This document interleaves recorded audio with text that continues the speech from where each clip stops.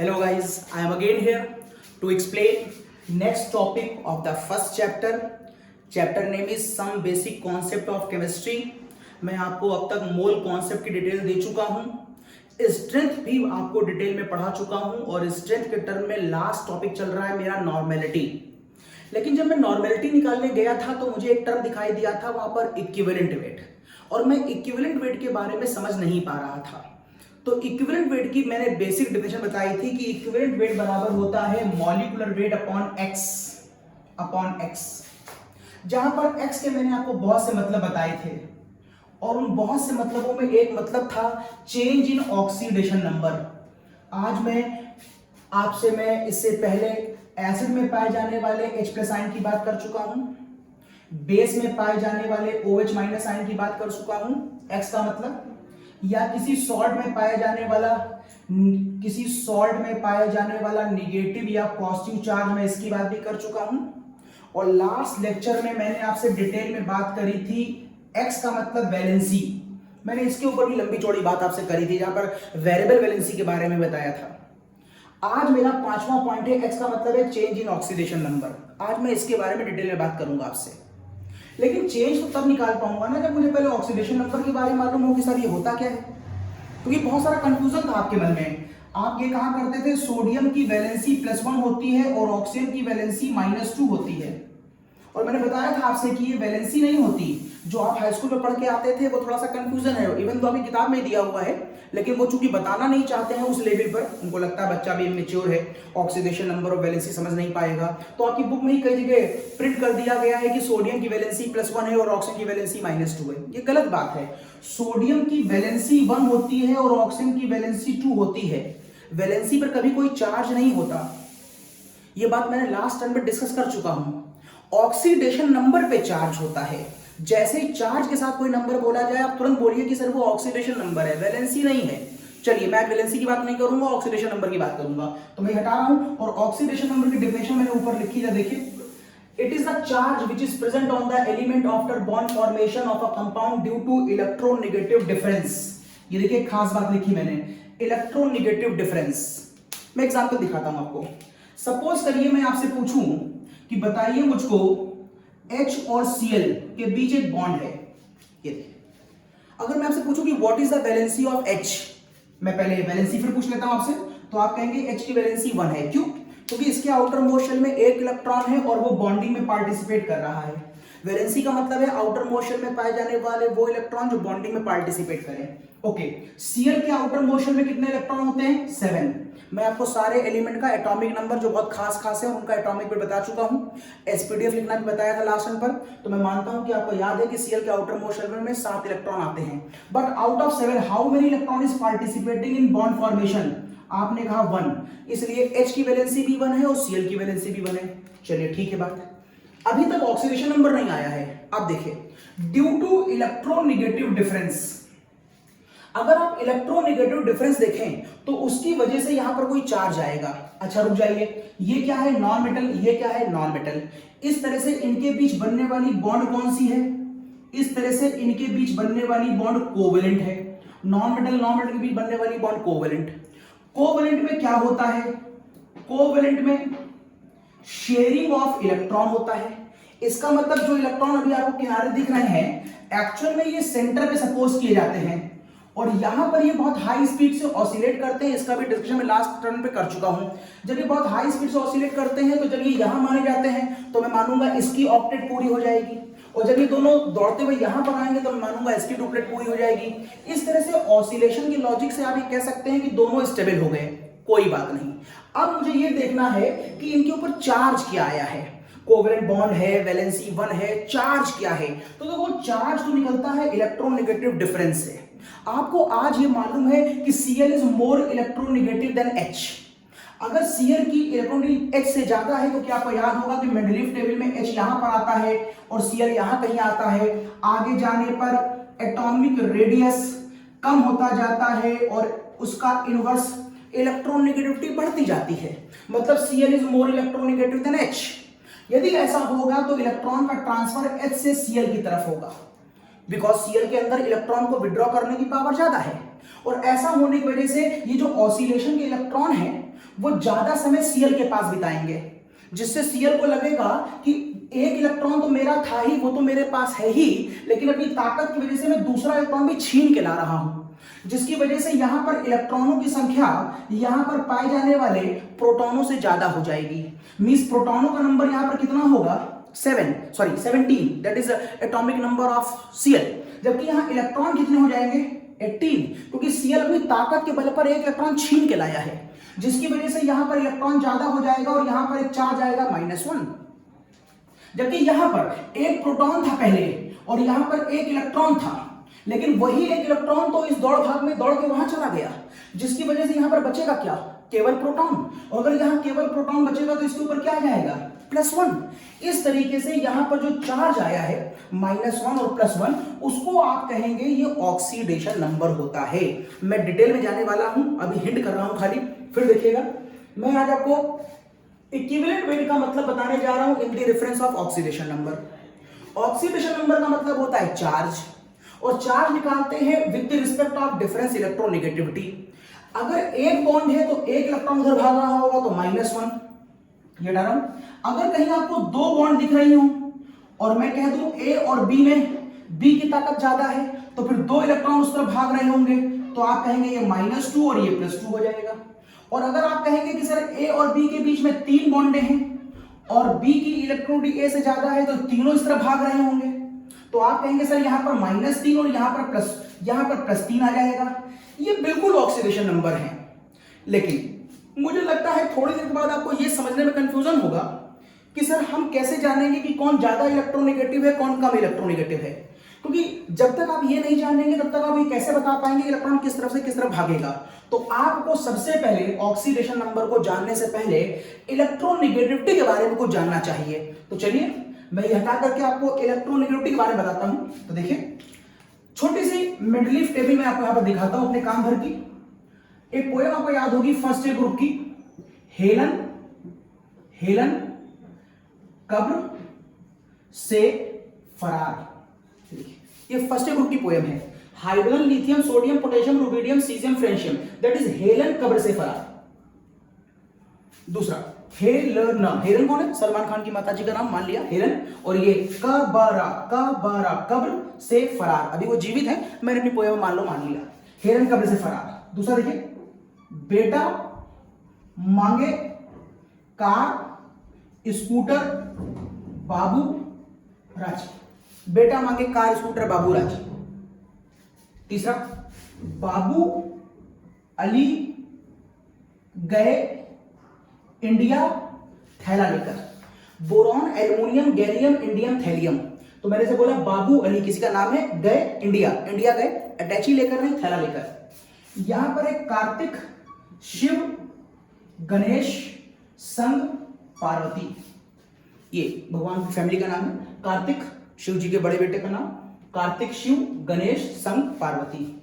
इसकी पोएम, नाना पापा आशु सब बीमार। इन्फेक्शन चल रहा है आजकल, तो नाना पापा आशु छोटे भाई का नाम है, और आजकल सब बीमार हैं। ये देखिए, ओ से टी ओ, oxygen, sulphur, selenium, tellurium, polonium. और मैंने कहा ऊ से, कहते हैं नकल, जब आप एग्जाम में कभी नकल मार रहे होते तो कहते उससे टिप लो, तो ऊ से टीपो, और टीपो को तो पकड़े जाओगे, तो पकड़े गए तो first time CBI at your home. First time CBI at your home, fluorine, chlorine, bromine, iodine, astatine. तो सबसे पहले आपको इस मेरी पोएम से सबके पहले आपको याद होनी चाहिए कौन से एलिमेंट कहां पर रखे हुए हैं। तो पोएम फिर से देखिएगा, हेलन कब्र से फरार, बेटा मांगे कार स्कूटर बाबू राजी, बाबू अली गए इंडिया थैला लेकर, कार्तिक, शिव, गणेश, संग, पार्वती, नाना पापा आशु सब बीमार, ऊ से टीको, और first time CBI at your home.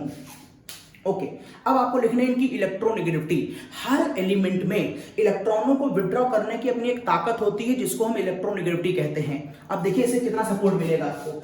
इसकी जो पावर होती है 2.1 होती है, और मैं आपको याद करने की ट्रिक बताता हूं, थोड़ा इजी हो जाएगा आपके लिए। इसकी 1 होती है, इसकी 0.9 होती है, इसकी 0.8, इसकी 0.8 होती है, यहां पर ये 0.7 होती है, और ये रेडियो एक्टिव होता है, इसे छोड़ दीजिए। मीन्स आपको हो सकता पहली लाइन याद करनी पड़ रही हो, 2.1 है, फिर 1 है, फिर 0.9 है, फिर 0.8 है, फिर 0.8 है, फिर 0.7 है। अब जरा देखिए पहली लाइन को इस तरह देखिए, इससे 1.5 होती है, आप एक्चुअल में होती 1.6 है, आप याद करके मान लीजिए 1.5, तो आप मानिए यहां से लेकर यहां तक 0.5 का डिफरेंस है। अगर ये 0.5 का डिफरेंस है तो ये होती है 2.0, फिर ये होती है 2.5, फिर ये हो जाती है 3, ये हो जाती है 3.5 और ये देखिए हो जाती है 4। मींस अगर आपको ये 1 याद रहा तो आप समझ जाएंगे कि यहां से लेकर यहां तक सबकी इलेक्ट्रोनेगेटिविटी लगभग 0.5 की पावर से बढ़ती है। और इस तरीके से आप पहली लाइन में सभी की इलेक्ट्रोनेगेटिविटी याद कर ले जाएंगे। जरा दूसरी लाइन देखिए, दूसरी लाइन में सभी की इलेक्ट्रोनेगेटिविटी लगभग 0.3 बढ़ती है।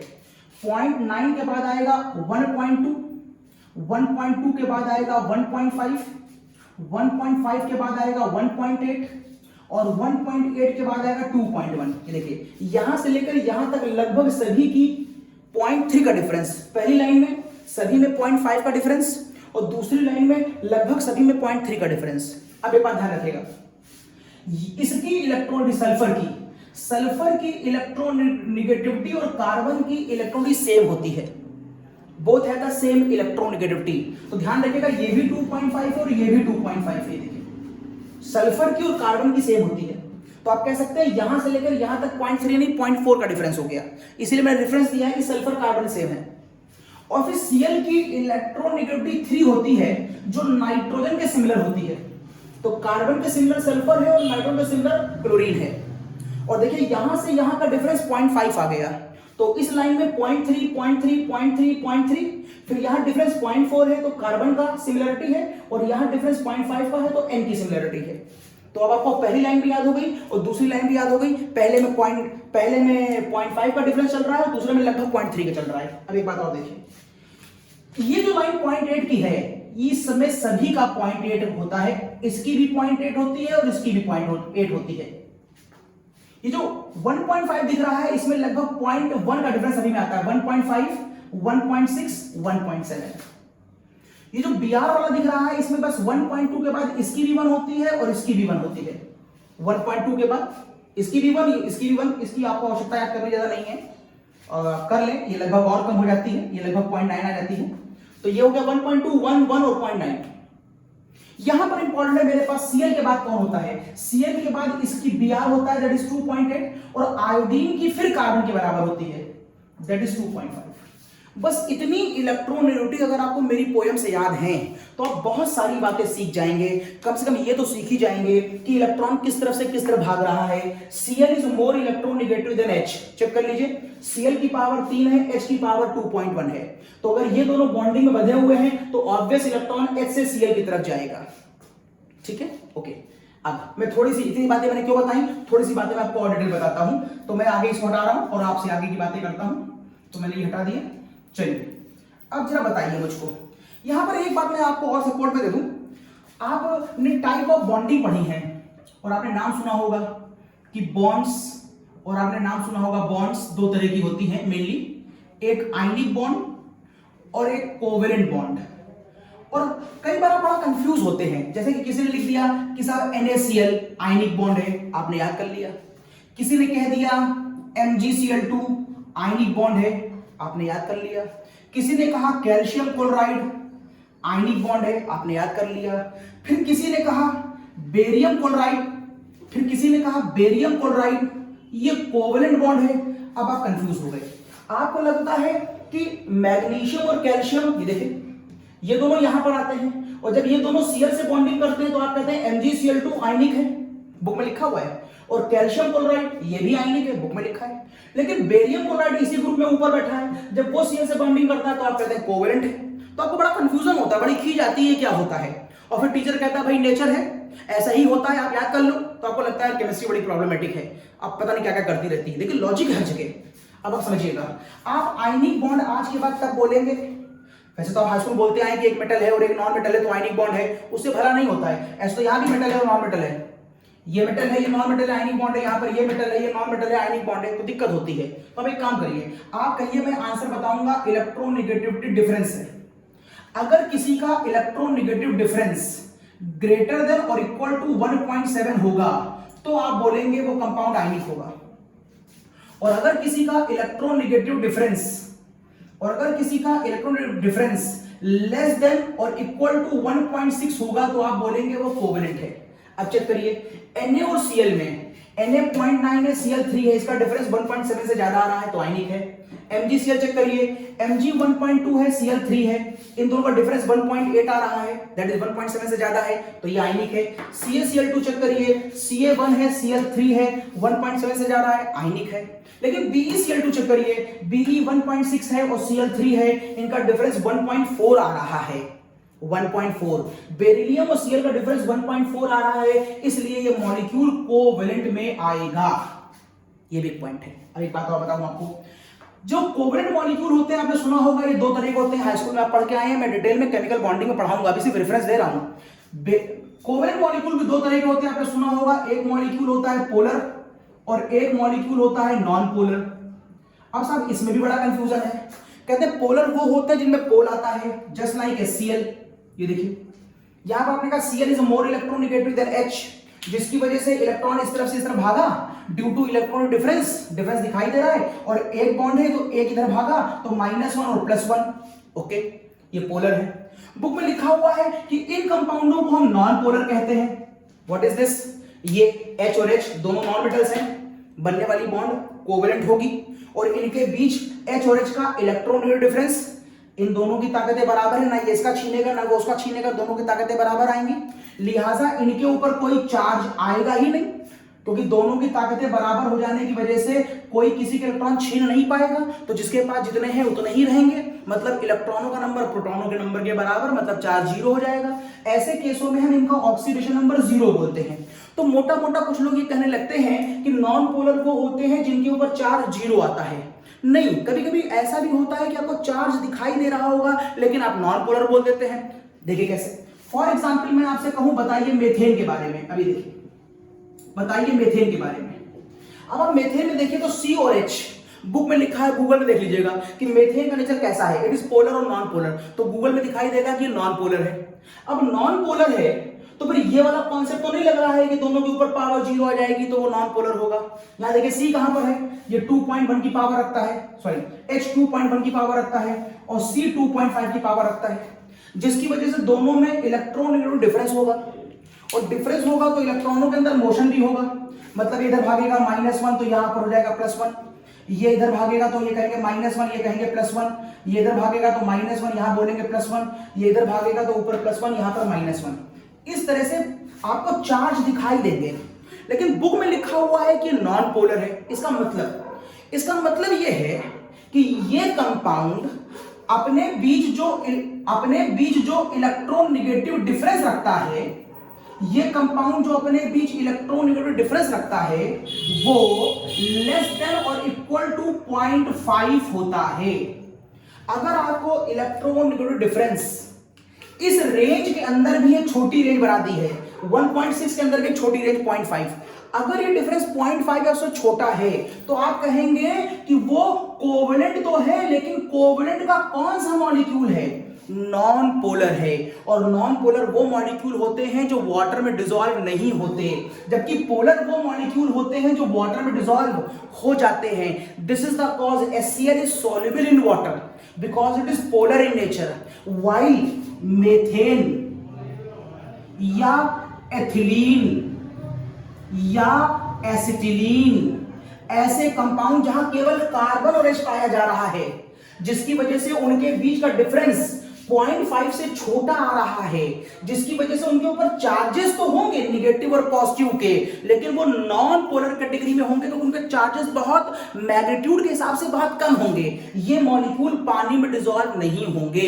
तो एक छोटा सा मैंने आपको ये बताया यहाँ पर कि आप कैसे पहचान सकते हैं कि कौन आयनिक होगा, कौन कोवेलेंट होगा, आप कैसे पहचान सकते हैं कि इलेक्ट्रॉन किस तरफ भागेगा। ये मोटे मोटे तो आपको याद रहते हैं, लेकिन सपोज करिए मैं फास्फोरस और सल्फर को मिला के कंपाउंड बनाऊं, मैं फास्फोरस और Br को मिला के कंपाउंड बनाऊं, तो आपको याद ही नहीं आता है कि किसकी इलेक्ट्रॉनिक ज्यादा होगी और किसकी कम होगी। तो एक बार मेरी राय है कि आप एक बार इलेक्ट्रोनेगेटिव की पावर को याद जरूर रखें। अब इसके बाद मैं आगे बढ़ता हूं, इलेक्ट्रोनेगेटिव की बात करने के बाद मैं अपने मेन टॉपिक की तरफ आता हूं, हटा रहा हूं। इसका आपने स्नैपशॉट ले लिया होगा, ये मैं हटा रहा हूं। अब अगर ये फिगर में यहां से हटाऊं तो अब मैं आपसे बात करूंगा ऑक्सीडेशन नंबर की ग्रुप वाइज। मैं एक एक ग्रुप को डिसाइड करूंगा। मैं एक बार आपसे ग्रुप नंबर 7 एक्सप्लेन करूंगा, फिर मैं ग्रुप नंबर 6 एक्सप्लेन करूंगा, फिर ग्रुप नंबर 5 एक्सप्लेन करूंगा, फिर ग्रुप नंबर 5 एक्सप्लेन करूंगा, और फिर ग्रुप नंबर 4 एक्सप्लेन करूंगा, और फिर ग्रुप नंबर 3 एक्सप्लेन करूंगा, और फिर ग्रुप नंबर 3 एक्सप्लेन करूंगा। तो इस तरीके से मैं आपके सारी चीजें एक्सप्लेन कर दूंगा बारी बारी। अब देखिए कैसे। आज मैं ग्रुप नंबर 7 एक्सप्लेन करने जा रहा हूं। देखिए ग्रुप नंबर 7। तो ग्रुप नंबर 7 को आप एक नाम देते हैं, अगर आपको याद होगा, ग्रुप नंबर 7 का नाम होता है halogens. It is halogens, yes. और हेलोजेंस ये ग्रीक वर्ड है, इसको इंग्लिश में बोलते हैं सॉल्ट फॉर्मिंग कंपाउंड। इसको बोलते हैं salt forming compounds. Salt forming compounds. Halogens वो है जो सॉल्ट बनाते हैं, like NaCl, like NaBr, like LiI, like LiCl। ये सब सॉल्ट फॉर्मिंग स्पीशीज हैं, इसलिए मैंने इनको हेलोजेंस कहा। ये मोस्टली हमारे पास इनका स्टोर समुद्र के अंदर है, ये हेलोजेंस कहलाती हैं। इस पॉइंट को हटा रहा हूं। अब मैं आपको दिखाता हूं कौन कौन हमारे पास हेलोजेंस की कैटेगरी में आता है। तो वो है मेरे पास फ्लोरीन, क्लोरीन, ब्रोमीन, आयोडीन और एसिटाइन। इवन तो ये रेडियो एक्टिव है, इसलिए फिलहाल मैं इस चैप्टर में इसकी बात नहीं करूंगा। पोएम बता चुका हूं, first time CBI at your home. अब देखिए, मैं आपको यहां पर जो इनके ऑक्सीडेशन नंबर बताऊंगा, मैं आपको इस तरह बताऊंगा। एक बार आपको मैं इनके ऑक्सी एसिड्स पढ़ाऊंगा, एक बार मैं आपको इनके हाइड्रा एसिड पढ़ाऊंगा, मैं आपको वैसे कुछ ऑर्गेनिक कंपाउंडों के डिस्कशन भी कराऊंगा और कुछ स्पेशल कंपाउंड का भी डिस्कशन कराऊंगा। इन सारी बातों को बहुत डिटेल में पढ़ेंगे, ऑक्सीडेशन नंबर भी पढ़ेंगे, वैलेंसी भी डिस्कस कर लेंगे, इनका स्ट्रक्चर भी यहीं पर हम पढ़ लेंगे, इनका चेंज इन ऑक्सीडेशन नंबर इसका भी हम जानना चाहेंगे कैसे हुआ, क्योंकि जैसे ही चेंज निकलेगा वैसे मेरा इक्विवेलेंट वेट निकलेगा। और मैं आपको इन सबके नॉमेनक्लेचर भी बताऊंगा। बहुत अच्छा एक्सप्लेनेशन होगा, आप देखिएगा, कहीं बुक में आपको अवेलेबल नहीं मिलेगा, बहुत मजा आएगी। बस बिना स्किप करे पूरा देखते जाइएगा। अब देखिए, मैं बहुत मस्त करने जा रहा हूं लॉजिक को। मैं सबसे पहले Cl के ऊपर लॉजिक दे रहा हूं। मैं आपको जानने खुशी होगी कि Cl कौन कौन से ऑक्सीजन बनाता है। ये बनाता है HClO4, ये बनाता है HClO3, ये बनाता है HClO2 और ये बनाता है HClO। ये जो Cl है ये 4 तरह के ऑक्सी एसिड बनाता है।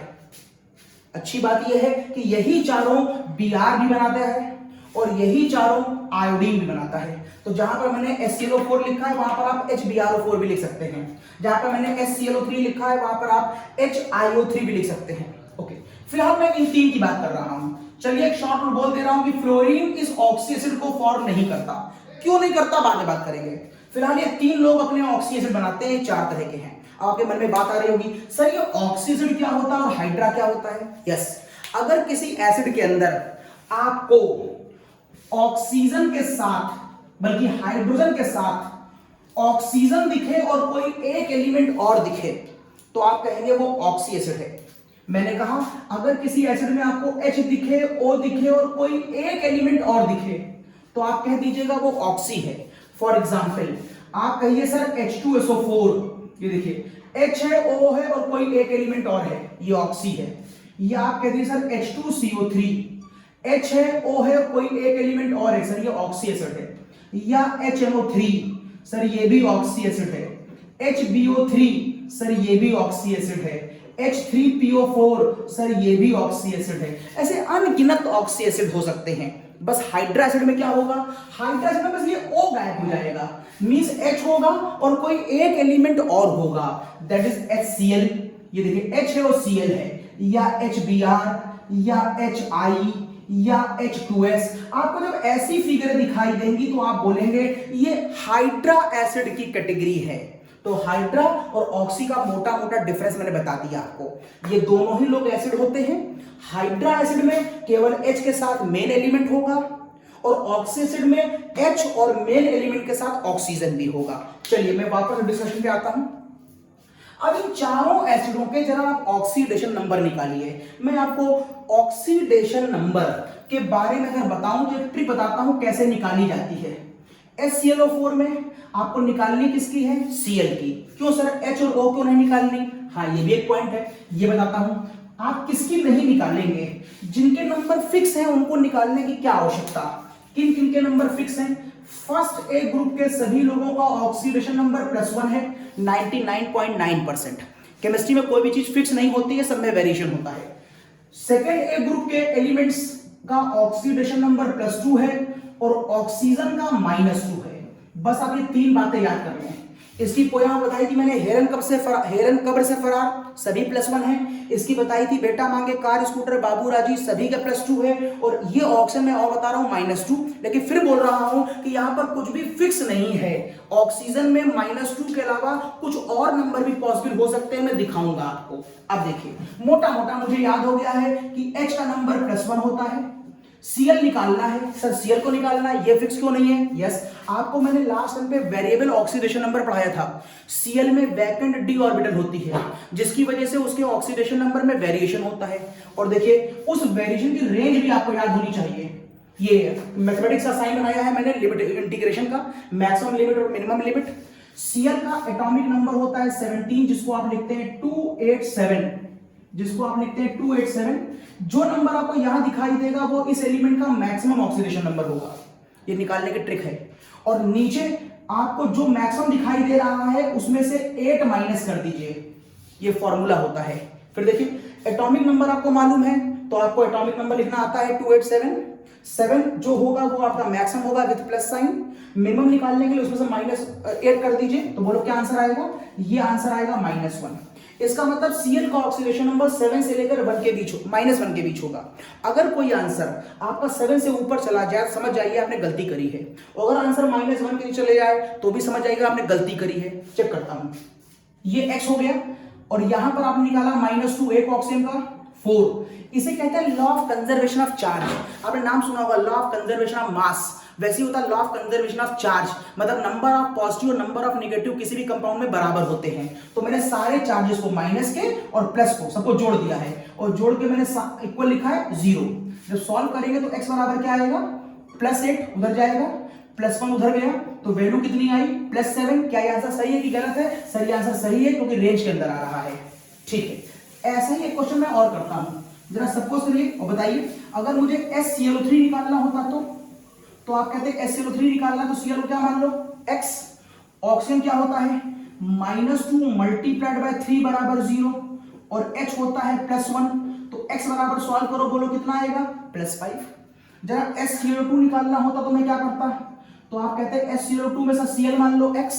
हम उसी का निकालते हैं जिसमें वेरिएशन आता है, जिसमें वेरिएशन की संभावनाएं है, तो हमें पता नहीं यहाँ पर Cl क्या होगा। OH फिक्स इसलिए नहीं निकाल रहे हैं, उसको हम याद करके लिख देते हैं। -2 मल्टीप्लाइड बाय 2, यहां पर आ जाएगा +1, इस सब का सम 0 हो जाएगा, तो x बराबर 4, 1 को सॉल्व करोगे तो क्या आएगा? 3 आएगा। इसी तरह आप आखिरी के HClO को सॉल्व कर लेंगे, तो आप कहेंगे इसको मान लो x, ऑक्सीजन -2 इक्वल टू 0, ये हो जाएगा +1, सॉल्व कर लो, x क्या आ गया? +1 आ गया। और ये सारे नंबर इस रेंज के बीच के आ रहे हैं। ये सारे लोग अपने ऑक्सीजन बनाते हैं और वो मैंने लिख दिए। अब मैं इसे रख कर रहा हूं और आगे बात करता हूं। आपने स्नैपशॉट ले लिया होगा, ये हटा दिया मैंने, अब तक आपने क्या निकाला? आपने ये निकाल लिया कि इस वाले कंपाउंड में Cl का नंबर +7 आ रहा है, इस वाले में 5 आ रहा है, इस वाले में 3 आ रहा है और इस वाले में 1 आ रहा है। अब आप इसका नाम रख दीजिए। अब नाम सुनिए, मैंने आपसे कहा था कि मैं आपको साथ में नॉमेनक्लेचर बता दूंगा। ऑक्सीडेशन नंबर बता दिया है, जो 7 और -1 की रेंज के अंदर होना चाहिए, और वो कैसे आया वो बता दिया। अब नाम सुनिए। जब किसी फैमिली में 4 लोग आए, 4 लोग 7th ग्रुप की फैमिली में ही आते हैं। मैं आपको 7th ग्रुप डिस्कस करा रहा हूं, भूलिएगा नहीं। 4 ऑक्सी एसिड 7th ग्रुप की फैमिली बनते हैं। इनमें से सेंटर के 2 ले लो, उसमें जो बड़ा वाला है उसको इक कहते हैं और जो छोटा वाला है उसको अस कहते हैं। मतलब इस वाले का नाम हो जाएगा क्लोरिक एसिड इक, और इस वाले का नाम हो जाएगा क्लोरस एसिड, दैट इज अस। अगर यहाँ Br होता तो नाम होता ब्रोमिक एसिड और यहाँ नाम होता ब्रोमस एसिड। अगर यहाँ पर आयोडीन होता तो नाम होता आयोडिक एसिड और यहाँ पर नाम होता आयोडस एसिड। हाँ, फ्लोरीन नहीं हो सकता, वो मैंने पहले बता दिया था, क्योंकि फ्लोरीन यहाँ पर हम नहीं लेते। क्यों नहीं लेते, इसका बात हम लोग एकदम लास्ट में करेंगे कि क्यों नहीं लेते। एक दिन इसको मालूम चला कि मैं अपनी फैमिली में बड़े वाले से भी बड़ा हूं, क्योंकि इन दोनों में बड़ा ये है। इसको मालूम चला कि मैं बड़े वाले से भी बड़ा हूं। जब आपको ये मालूम चले कि मैं किसी बलवान से भी बलवान हूं, मैं किसी धनवान से भी धनवान हूं, तो कभी कभी प्राउड आ जाता है अपने ऊपर। और जब किसी को बहुत ज्यादा प्राउडी हो जाता है तो लोग कहते हैं बड़ा प्राउडी है यार। कई बार दोस्ती में कहते हैं बड़े बढ़िया बड़े पर निकल आए हैं। किसी को बाइक मिल गई तो बढ़िया बाइक से टहलते रहते बड़े पर निकल आए हैं। किसी को मोबाइल मिल गया है, अरे भैया मोबाइल लेके उड़ते रहते हैं, बड़े प्राउडी हो गए हैं, बड़े पर निकल आए हैं। वही लॉजिक यहाँ लगा दीजिए। हमने कहा इसको लगा कि मैं बड़े वाले से भी बड़ा हूं, तो इनके क्या निकल आए हैं, इनके पर निकल आए हैं। और किसके कंपैरिजन में पर निकले हैं, इक के, तो इसका नाम हो जाएगा पर इक एसिड। ठीक है, लॉजिक याद करने के बताया मैंने आपको, किसी बुक में नहीं लिखा है सब। पर इक का मतलब, अब इसका नाम हो जाएगा पर, इसका नाम हो जाएगा पर क्लोरिक एसिड। यस, पर इक, पर क्लोरिक एसिड। इनको मालूम चलता है कि मैं अपने परिवार में गए गुजरे से भी गया हूं। आपको मालूम चले कि मेरे गांव में जो सबसे गरीब आदमी है मैं उससे भी गरीब हूं। आपको ये मालूम चले कि मेरे क्लास में सबसे गधा बच्चा है मैं उससे भी गधा हूं। तो कई बार आपको लगेगा यार क्या यार, जीवन में बड़ा डिप्रेशन सा लगेगा आपको, या किसी को भी लगता है। तो कई बार आपने नाम सुना होगा कि वो उनको डिप्रेशन हो गया है। कई बार लोगों को चिंताएं बहुत होती हैं। तो दो तरह की घटनाएं होती हैं। जब चिंताएं होती हैं तो कभी कभी प्रेशर ज्यादा हो जाता है बॉडी का, ब्लड का, तो कहते हैं बीपी हाई हो गया। और जब बीपी कम होता है तो हम कहते हैं बीपी लो हो गया। इसको साइंटिफिक भाषा में बोलते हैं। जिसके हाई बीपी है उसे कहते हैं हाइपरटेंशन का मरीज है, और जिसके लो बीपी है हम कहते हैं हाइपोटेंशन का मरीज है। लो बीपी, डिप्रेशन, हाइपोटेंशन, ये गया गुजरे से भी गया गुजरा है, तो हमने कह दिया ये हाइपोटेंशन का मरीज है, इट इज हाइपो। और ये किससे कंपेयर किया गया है, अस से, तो नाम हो जाएगा इसका हाइपोअस। तो इसका पूरा नाम हो जाएगा, इसका पूरा नाम हो जाएगा हाइपो क्लोरस एसिड। यस, अब यहां पर Br होगा तो हाइपोब्रोमस, यहां पर आयोडीन होगा तो हाइपोआयोडस। मेरी बात सुनिएगा, मैं पढ़ा तो आपको इक्विवेलेंट वेट रहा हूं, लेकिन इक्विवेलेंट वेट को बताने के लिए मुझे बताना पड़ रहा है ऑक्सीडेशन नंबर, और ऑक्सीडेशन नंबर को बताने के लिए मुझे बताना पड़ा इलेक्ट्रोनेगेटिविटी का चार्ट। तो उसके बाद आप समझ पाएंगे कि इलेक्ट्रॉन इधर भाग रहा है कि इधर भाग रहा है कंपैरेटिवली स्टडी में। उसके बाद चार्ज आपको दिखाई देगा। अब जब चार्ज पढ़ रहे हैं तो चार्ज की रेंज पढ़नी पड़ गई हमको कि कहीं आंसर रेंज से बाहर तो नहीं जा रहा है। और जब रेंज बता ही रहा था तो मुझे लगा कि नॉमेनक्लेचर ही बता दें, तो मैंने आपको ऑक्सीडेशन नंबर के बिहाफ पर नॉमेनक्लेचर भी बता दिया।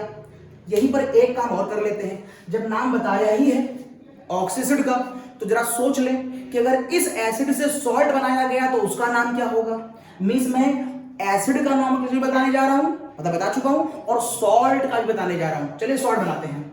अगर मैं HClO4 के अंदर कोई बेस मिला दूं, मैं ये नाम यहां लिख दे रहा हूं, इसका नाम है परक्लोरिक एसिड, इसका नाम है परक्लोरिक एसिड, और इसको यहां लिख दे रहा हूं, इसका नाम है हाइपोक्लोरस एसिड, इसका नाम है हाइपोक्लोरस।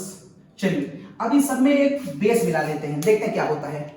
अगर मैं इन सबके अंदर एक बेस मिलाऊं लाइक NaOH, तो ये बना लेगा NaClO4, ये बना लेगा NaClO3, ये बना लेगा NaClO2, और ये बना लेगा NaClO। देखिए ये सारे ऑक्सीसिड के बने हुए सॉल्ट हैं। अब इनका नाम क्या होगा, इसकी भी ट्रिक है, सुनिए। जो इक और अस से आते हैं, इक और अस, उनके सॉल्ट के आगे एक नाम लगा देते हैं हम 8, और यहां पर लगा देते हैं 8।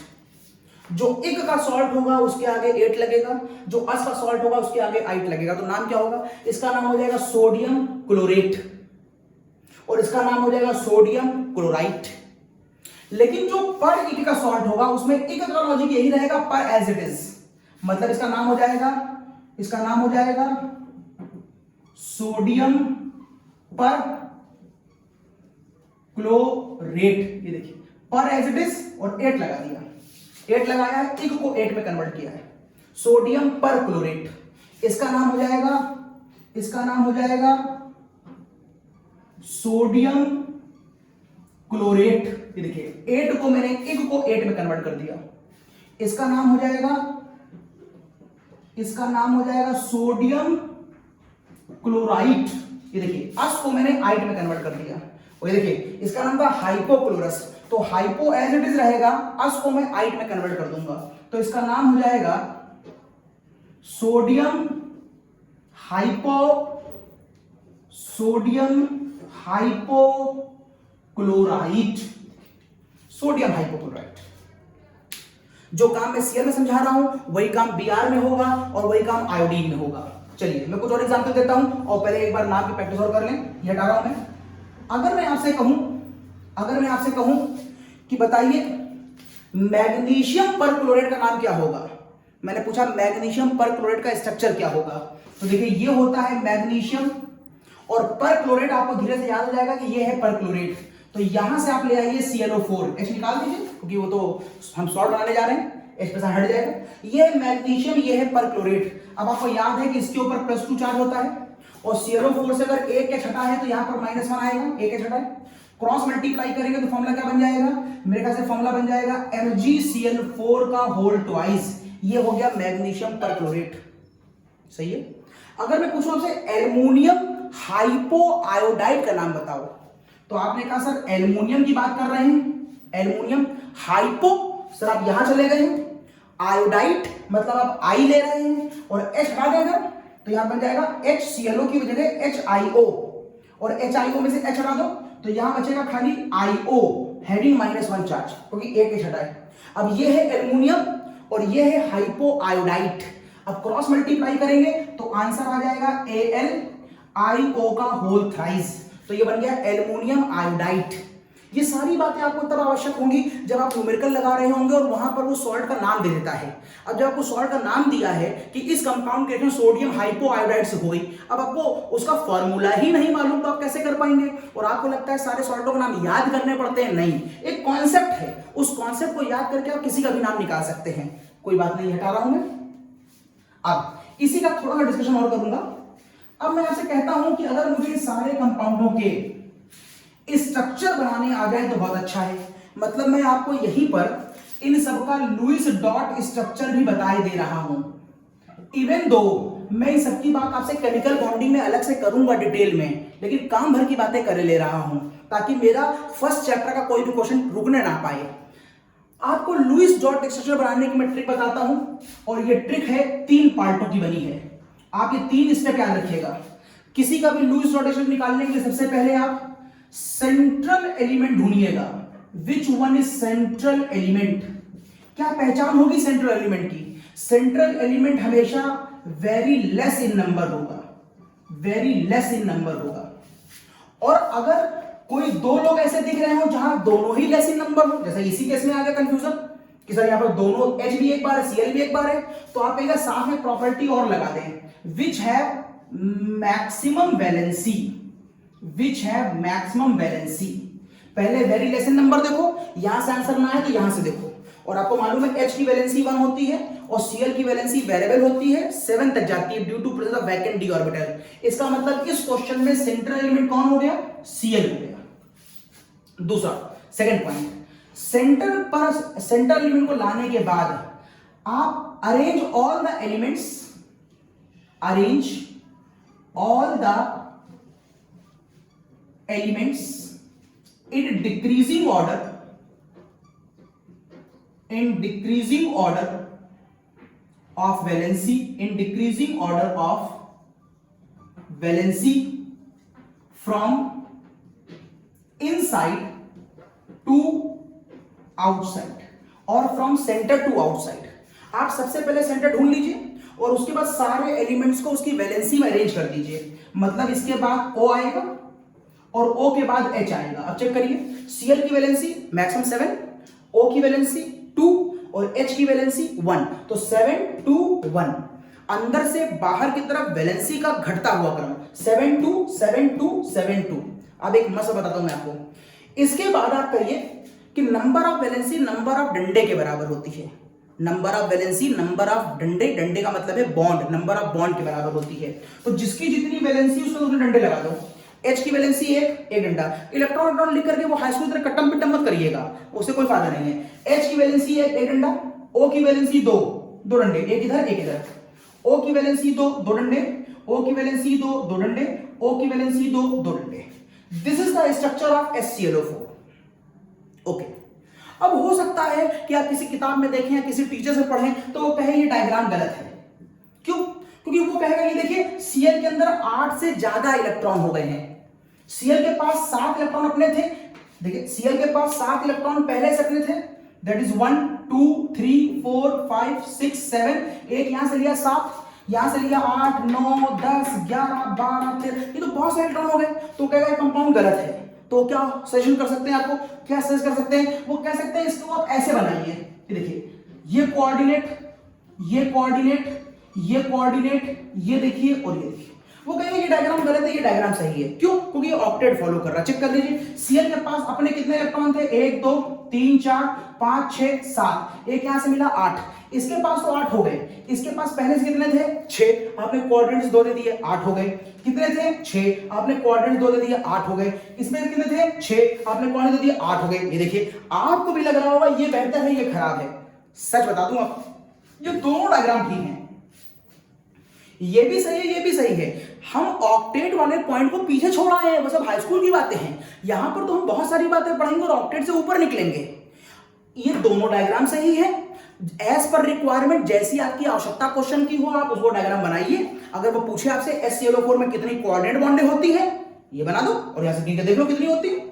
अगर वो पूछे कि बताओ HClO4 में Cl की वैलेंसी कितनी होती है, तो वैलेंसी यहां से गिनना मुश्किल है आपके लिए, क्योंकि मैंने कहा वैलेंसी का मतलब नंबर ऑफ डंडे, और यहां पर O की वैलेंसी आपको सेटिस्फाई होती हुई नहीं दिख रही, मतलब आपको बहुत अच्छी नहीं लग रही है। यहां पर आपको O के डंडे दिख रहे हैं और आप Cl की वैलेंसी साथ बता पा रहे हैं। तो एज पर रिक्वायरमेंट आप दोनों ही डायग्रामों को बना सकते हैं। और सच बताऊं, out of these two this diagram is 100% right and this diagram is 99.99% right.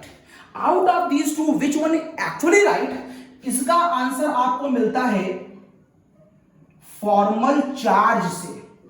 अगर आप फॉर्मल चार्ज निकालें तो आप पाएंगे कि इसका फॉर्मल चार्ज कम और इसका फॉर्मल चार्ज ज्यादा आएगा, क्योंकि आपको मालूम जिसके ऊपर चार्ज ज्यादा होता है उसमें रिएक्टिविटी होती है, और जिसमें रिएक्टिविटी होती है उसमें एनर्जी होती है, और एनर्जी हमेशा स्टेबिलिटी का इनवर्स होता है, ब्रह्मांड का रूल है। यदि आप बहुत गुस्सा हो जाएंगे तो आपका बॉडी का एनर्जी लेवल बढ़ जाएगा, आपके द्वारा किए गए काम बेकार हो जाएंगे, आपकी स्टेबिलिटी गिर जाएगी। समान जीवन की घटना को यहां पर जोड़ना होता है। तो आप अगर दोनों का फॉर्मल चार्ज निकालें तो जिसका फॉर्मल चार्ज कम आएगा, जिसका भी देख लीजिएगा, जिसका फॉर्मल चार्ज कम आएगा वो 100% स्टेबल होगा, और जिसका फॉर्मल चार्ज ज्यादा आएगा वो 99.9% स्टेबल होगा। इवन दोनों ही स्टेबल है, वैसे दोनों स्टेबल है, माने दोनों हैं। तो आप इस झगड़े में मत पड़िएगा कि ये तो सही है कि ये तो सही है। चलिए, मैंने बात कर ली फॉर्मल चार्ज की, तो वैसे फॉर्मल चार्ज को अलग से बताऊंगा, लेकिन यहाँ हिंट कर दे रहा हूं कि फॉर्मल चार्ज निकाला कैसे जाता है, यही बता दे रहा हूं। इसी पर अप्लाई करके दिखाता हूं, ये हटा रहा हूं।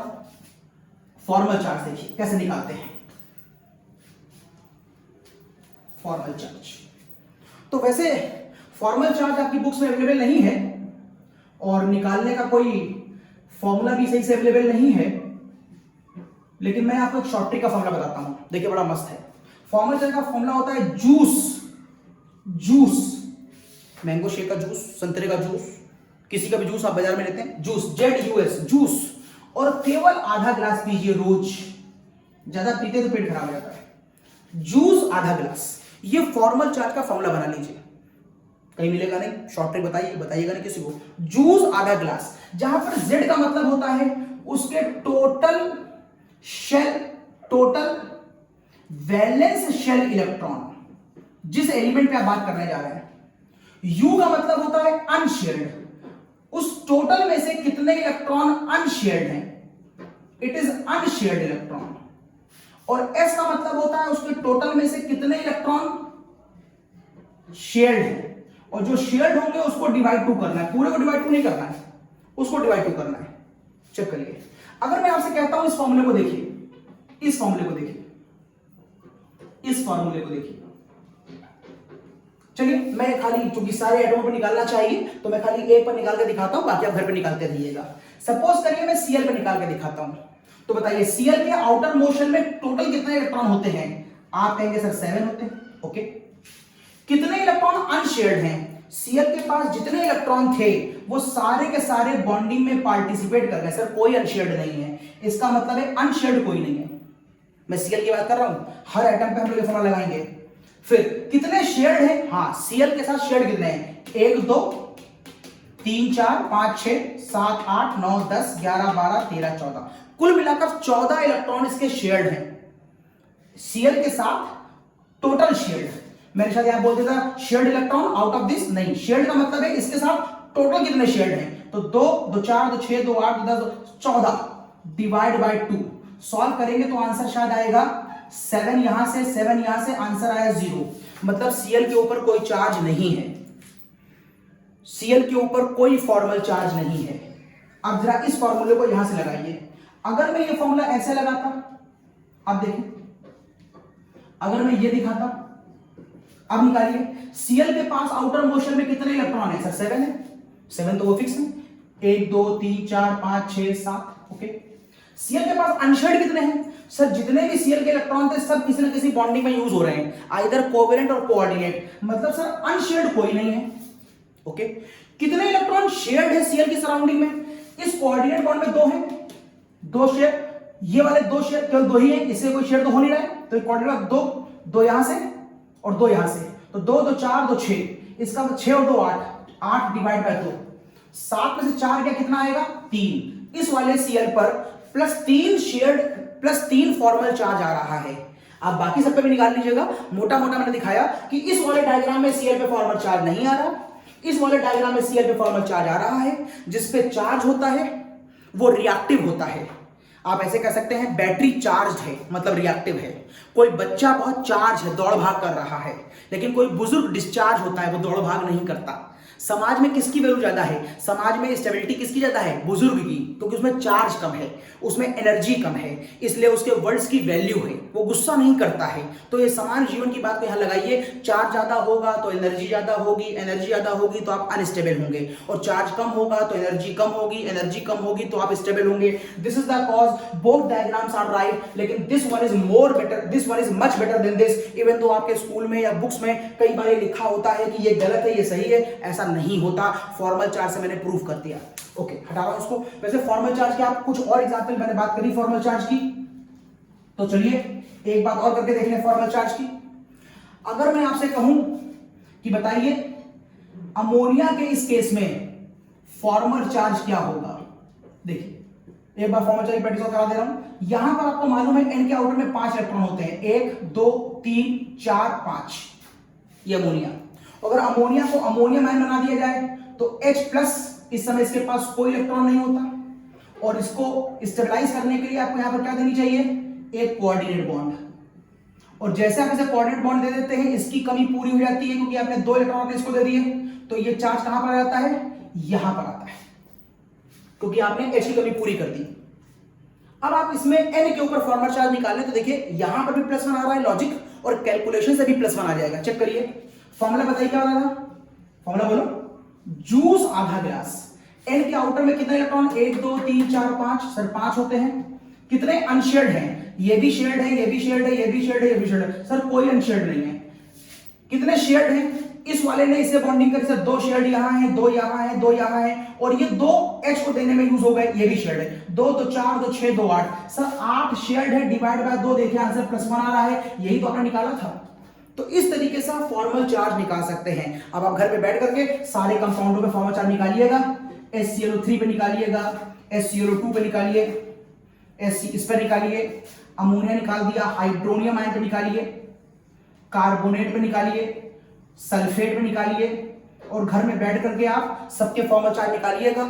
और कोई खास बहुत टफ क्वेश्चन लगे जिसका फॉर्मल चार्ज ना निकाल पा रहे हो तो मेरे चैट बॉक्स में डाल दीजिएगा, मैं आपको उसका रिप्लाई कर दूंगा कि उसका फॉर्मल चार्ज कैसे निकल सकता है। तो ये हटा दिया। और फॉर्मल चार्ज से मैं ये बता सकता हूं कि किसी भी चीज में चार्ज क्या आ रहा होगा, चार्ज क्या आ रहा है ये डिसाइड कर दिया। और इसकी एक एप्लीकेशन ये भी हो गई, इससे ये मालूम चलता है कौन सा कंपाउंड ज्यादा हाईली स्टेबल है और कौन सा लेस स्टेबल है। अब इन चारों कंपाउंडों का मैं डायग्राम एक बार और बनाऊंगा, देखिएगा इन चारों कंपाउंडों का डायग्राम देखिएगा। सबसे पहले HClO4, Cl सेंटर में, सराउंडिंग में O और फिर H, Cl सराउंडिंग में, Cl सेंटर में, सराउंडिंग में O और फिर H, Cl सेंटर में, सराउंडिंग में O और फिर H, Cl सेंटर में, सराउंडिंग में O और फिर H।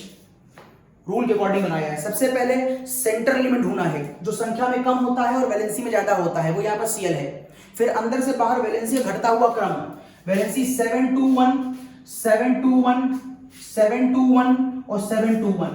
फिर नंबर ऑफ वैलेंसी बराबर नंबर ऑफ डंडे, 1 2, ये देखिए ये इसका डायग्राम आ गया, ये देखिए ये इसका डायग्राम आ गया, ये देखिए ये इसका डायग्राम आ गया और ये देखिए इसका डायग्राम आ गया।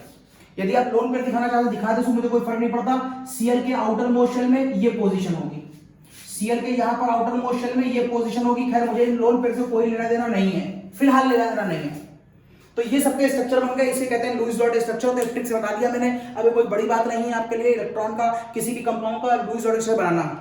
अब ऑक्सीडेशन नंबर हम डायग्राम से भी निकालते हैं, जरा देखिए ऑक्सीडेशन नंबर डायग्राम से कैसे निकालेंगे। देखिएगा एक बॉन्ड का मतलब है एक एक इलेक्ट्रॉन का मोशन हो रहा होगा and O is more electronegative than H।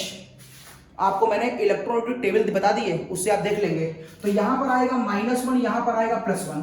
वैसे ही एक इलेक्ट्रॉन यहां भाग रहा होगा, O is more electronegative then Cl। देखिएगा Cl की इलेक्ट्रोनेगेटिव 3 होती है और O की इलेक्ट्रोनेगेटिव 3.5 होती है, टेबल में देखिएगा, वरना आप हमेशा कंफ्यूज रहेंगे कि sir which one is more electronegative और which one is less electronegative.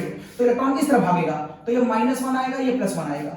यहां पर 2 इलेक्ट्रॉन भागेंगे ऊपर की तरफ, दैट इज -2, यहां +2। इधर 2 भागेंगे -2 और +2, इधर 2 भागेंगे -2 और +2। देखिए Cl के सेंटर में 7 चार्ज आ रहा है और देखिए सारे ऑक्सीजन -2 के आ रहे हैं। और इसीलिए थोड़ी देर पहले फॉर्मूला जो मैंने आपको x मान के बताया था, उसमें सारे O को मैंने -2 माना था और Cl का आंसर निकाला था। आप ऐसे भी आंसर निकाल सकते हैं। यहां देखिए यहां पर एक इलेक्ट्रॉन का मोशन है तो यहां पर +1 और -1, यहां पर भी एक का है तो -1 और +1। यहां पर 2 का मोशन है, -2 +2, यहां पर भी 2 का मोशन है, -2 +2। ये देखिए चार्ज यहां +5 आ रहा है। लोन पेयर से आपको कोई मतलब नहीं है क्योंकि चार्ज इलेक्ट्रोनेगेटिव डिफरेंस होता है और लोन पेयर किसी बॉन्डिंग में पार्टिसिपेट नहीं है जो डिफरेंस की वजह से इधर उधर नहीं भाग रहा होगा। तो Cl पे चार्ज +5 आया और सारे को -2 है, -2 -2 -2। यहां देखिए ये +1 होगा, ये -1, ये -1, ये +1, यहां पर ये होगा -2 और ये होगा +2। देखिए Cl पे चार्ज +3 आ रहा है और दोनों O -2 हैं। यहां देखिए यहां पर ये +1 आया और यहां पर ये -1, यहां पर ये -1, यहां ये +1। देखिए Cl पे चार्ज +1 आया।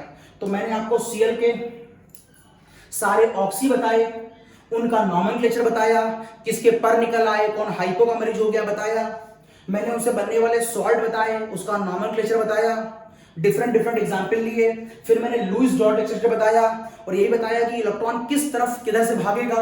रट्टा मत मारिए, इलेक्ट्रोनेगेटिव डिफरेंस के हिसाब से आप आंसर निकाल सकते हैं। नंबर ऑफ वैलेंसी बराबर नंबर ऑफ डंडे होते हैं। फिर मैंने यही बताया कि आपकी बुक में और मेरे एक्सप्लेनेशन में आपको डिफरेंस मिलेगा डायग्राम के अंदर। बुक वाले जिस डायग्राम को गलत कह रहे हैं, मैं उसी डायग्राम को ज्यादा सही कह रहा हूं। उसकी वजह है फॉर्मल चार्ज, और फॉर्मल चार्ज का फॉर्मूला मैंने क्या बताया, जूस आधा गिलास। फॉर्मल चार्ज का फॉर्मूला बताया मैंने आपको, जूस आधा गिलास। उस तरीके से आपने फॉर्मल चार्ज भी निकाल लिया। चलिए थोड़ी सी बात हम आपसे और करते हैं, इसको आप एक स्नैपशॉट ले लीजिए, थोड़ी सी बात हम और करते हैं।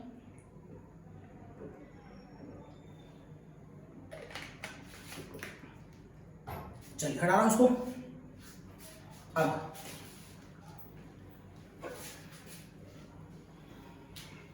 देखिए, अब आपने कहा था कि Cl का जो ऑक्सीडेशन नंबर रेंज है वो +7 से लेकर के -1 तक है। आपने +7 का तो आंसर रीजन बता दिया, बल्कि एग्जांपल दे दिया HClO4, लेकिन -1 का कोई रीजन नहीं दिया, कोई एग्जांपल नहीं दिया। उसका एग्जांपल ले लीजिए। मैंने आपसे कहा था 2 तरह के एसिड होते हैं, एक ऑक्सी एसिड और एक हाइड्रा एसिड। देखिए ऑक्सी में एग्जांपल आपने लिया था HClO4, और अगर मैं हाइड्रा में एग्जांपल ले लूं HCl, निकाल देखिए इस समय Cl पे चार्ज क्या आ रहा होगा, -1, और H पे क्या आ रहा होगा, +1। इसका मतलब है -1 किन केसों में आता है, हाइड्रा एसिड केसेस में आपको -1 मिलेगा। ऑक्सीडेशन पर 0 भी हो सकता है Cl का, कब, जब Cl की बॉन्डिंग Cl से हो। अगर Cl की बॉन्डिंग Cl से है तो इलेक्ट्रॉन बीच में होगा। अब वो ना इलेक्ट्रॉन इधर भागेगा ना इधर भागेगा, उस समय इसके ऊपर चार्ज क्या आएगा, 0। तो बताओ Br2 का चार्ज क्या होगा, 0। तो बताओ I2 का चार्ज क्या होगा, 0। अगर सिमिलर स्पीशीज हैं तो उन सबके चार्जेस हमेशा 0 होते हैं, क्योंकि इलेक्ट्रोनेगेटिव डिफरेंस ना होने की वजह से इलेक्ट्रॉन ना उधर भागता है ना इधर भागता है। तो कहां पर +7 है बता दिया, कहां +5 है, कहां +3 है, कहां +1 है, कहां 0 है, कहां -1 है, सबके आपको एग्जाम्पल मैंने आपको दे दिए। चलिए हटाता हूं, तो देखें बात मेरी पूरी हो गई, हटा रहा हूं। अच्छा, एक बात और रह गई। अभी भी मैंने आपको बताया था ऑक्सी एसिड का नॉमेनक्लेचर, फिर बताया उससे बनने वाले सॉल्ट का नॉमेनक्लेचर, तो अब बता दूं हाइड्रा एसिड से बनने वाले सॉल्ट का नॉमेनक्लेचर। तो ध्यान रखिएगा, कोई भी हाइड्रा एसिड अगर आपके पास हो और आप उसका नाम लिखना चाहें उसके सॉल्ट का, तो आपको उसके सॉल्ट में केवल आईडी जोड़ देना है बस। जैसे कि HCl का नाम, इसका नाम होगा हाइड्रोक्लोराइड, ये देखिए आईडी। HI, इसका नाम होगा हाइड्रो आयोडाइड, या मैंने कहा HBr, सॉरी मैं सॉल्ट बता रहा था आपको, ये तो मैं ऐसे लिखने लगा। HCl, मैं इसका नाम लिखना चाहता था, मैं सही कर दूं इसको, मैं लिखना चाहता हूं नाम NaCl का, इसका नाम होगा सोडियम क्लोराइड, या मैं आपसे कहूं NaBr, इसका नाम होगा सोडियम ब्रोमाइड, या मैं आपसे कहूं Na2S, इसका नाम हो जाएगा सोडियम सल्फाइड। बल्कि मैं किसी और ग्रुप में चला गया, एग्जाम्पल ये बता दे रहा हूं। मैं आपसे कहूं Ca3T2, नाम हो जाएगा कैल्शियम फास्फाइड। तो मैंने आपको हाइड्रा एसिड के सॉल्ट बताए। हाइड्रा एसिड के सॉल्ट के नॉमेनक्लेचर में खाली आईडी लगाना होता है, जबकि ऑक्सी एसिड के सॉल्ट का एक लंबा चौड़ा नॉमेनक्लेचर होता है। तो एक जल्दी से रिकैप कर लें पूरे में। हम आपको आज इक्विवेलेंट बताने आए थे, 7th ग्रुप के बारे में बता रहे थे, ऑक्सीडेशन नंबर। 7th ग्रुप का नाम है हेलोजन। हेलोजन का मतलब होता है सॉल्ट फॉर्मिंग स्पीशीज। वहां पर फ्लोरीन को छोड़ करके बाकी सारे लोग अपने ऑक्सी एसिड बनाते हैं। वहां पर ऑक्सी एसिड का जो रेंज है वो 7, 5, 3 और 1 होती है। नाम बताया पर क्लोरिक, दूसरा था क्लोरिक, फिर था क्लोरस और फिर था हाइपोक्लोरस। फिर उनके से बनने वाले सॉल्ट बताए, जहां पर मैं बताया इक लगाते हैं, इक के साथ एट लगाते हैं और रस के साथ आइट लगाते हैं। फिर मैंने आपको सबके स्ट्रक्चर बताए। स्ट्रक्चर के मैंने आपसे कहा कि डायग्राम बनाना सीख लीजिए। अंदर से बाहर वैलेंसी का घटता हुआ क्रम होना चाहिए और फिर नंबर ऑफ वैलेंसी बराबर नंबर ऑफ डंडे होने चाहिए। ऐसा करके मैं 2 स्ट्रक्चर निकाल पाया, एक डबल बॉन्ड के साथ और एक कोऑर्डिनेट बॉन्ड के साथ। अब मन में आया कि कौन सही है। मैंने कहा जैसा क्वेश्चन हो वैसा डायग्राम बनाना, दोनों सही हैं। आप चेक करना चाह रहे थे क्योंकि आपको एक गलत लग रहा था, आपको एक में ऑक्टेट ज्यादा दिखाई दे रही थी, तो मैंने आपसे कहा था ऑक्टेट ऑक्टेट यहाँ पर एज पर कंडीशन नहीं देखी जाती। ऑक्टेट कोई फाइनल रूल नहीं होता, देखते हैं लेकिन वो कोई फाइनल रूल नहीं होता। तो ये मैंने आप एक नया लॉजिक बताया, फॉर्मल चार्ज। जैसे फॉर्मूला बताया मैंने आपको, जूस आधा ग्लास, जिसका फॉर्मल चार्ज कम होगा उसकी स्टेबिलिटी ज्यादा होगी, लॉजिक बता दिया मैंने आपको। और कुछ होमवर्क दिया कि घर पे दोस्तों के फॉर्मल चार्ज निकालिएगा और जब ना है तो मेरी चैट बॉक्स में भेजिएगा। साथ में मैंने आपको ये बताया कि ये अपने हाइड्रा एसिड भी बनाते हैं और हाइड्रा एसिड से बने वाले सॉल्ट में आप आईडी लगाते हैं। तो यहां पर मेरा 7th ग्रुप के ऑक्सीडेशन नंबर की बात खत्म होती है। इसके बाद मैं 6th, 5th, 4th और 3rd इन सबको अलग अलग सेपरेटली एक्सप्लेन करूंगा और जब सबके मैं ऑक्सीडेशन नंबर और नॉमेनक्लेचर बता दूंगा उसके बाद बताऊंगा चेंज निकालना। अभी मैं ऑक्सीडेशन नंबर की बात कर रहा हूं, जब चेंज निकालना बता दूंगा तब निकल के आएगा इक्विवेलेंट वेट, और जब इक्विवेलेंट वेट निकल के आएगा तब हम बताएंगे आपको नॉर्मेलिटी। फिर मिलते हैं हम लोग अगले लेक्चर में। इसको पूरा ढंग से देखिए, बिल्कुल स्किप मत करिएगा। ये सारे कंटेंट किसी भी किताब में एक साथ अवेलेबल नहीं है, मैंने कई किताबों से खोज करके इकट्ठे एक जगह आपको दिए हैं। और अच्छा लगे तो कमेंट बॉक्स में कमेंट जरूर करिएगा, इसे रिवाइज भी करिएगा और कोई क्वेश्चन पूछना हो तो चैट बॉक्स में कोई भी क्वेश्चन डाल दिया करिए। कोशिश ये करिएगा कि वो क्वेश्चन डालिएगा जो उस लेक्चर से बिलोंग कर रहा हो। आप कोई भी क्वेश्चन कहीं से उठा के वहां डालेंगे तो वो उतना अच्छा नहीं होता, आप डाल देंगे उसका भी आंसर हम दे देंगे, लेकिन बेहतर ये है कि जो यहां से क्वेश्चन डेवलप हो रहा है वो चैट बॉक्स में जरूर डाला करिए और अपने दोस्तों से सब्सक्राइब करने के लिए जरूर करिए। जितना सब्सक्राइब करेंगे उतना मुझे मोटिवेशन मिलेगा और मैं ज्यादा अच्छे लेक्चर और मेहनत से आपके लिए बना पाऊंगा। फिर मिलते हैं अगले लेक्चर में आफ्टर अ कॉमर्शियल ब्रेक।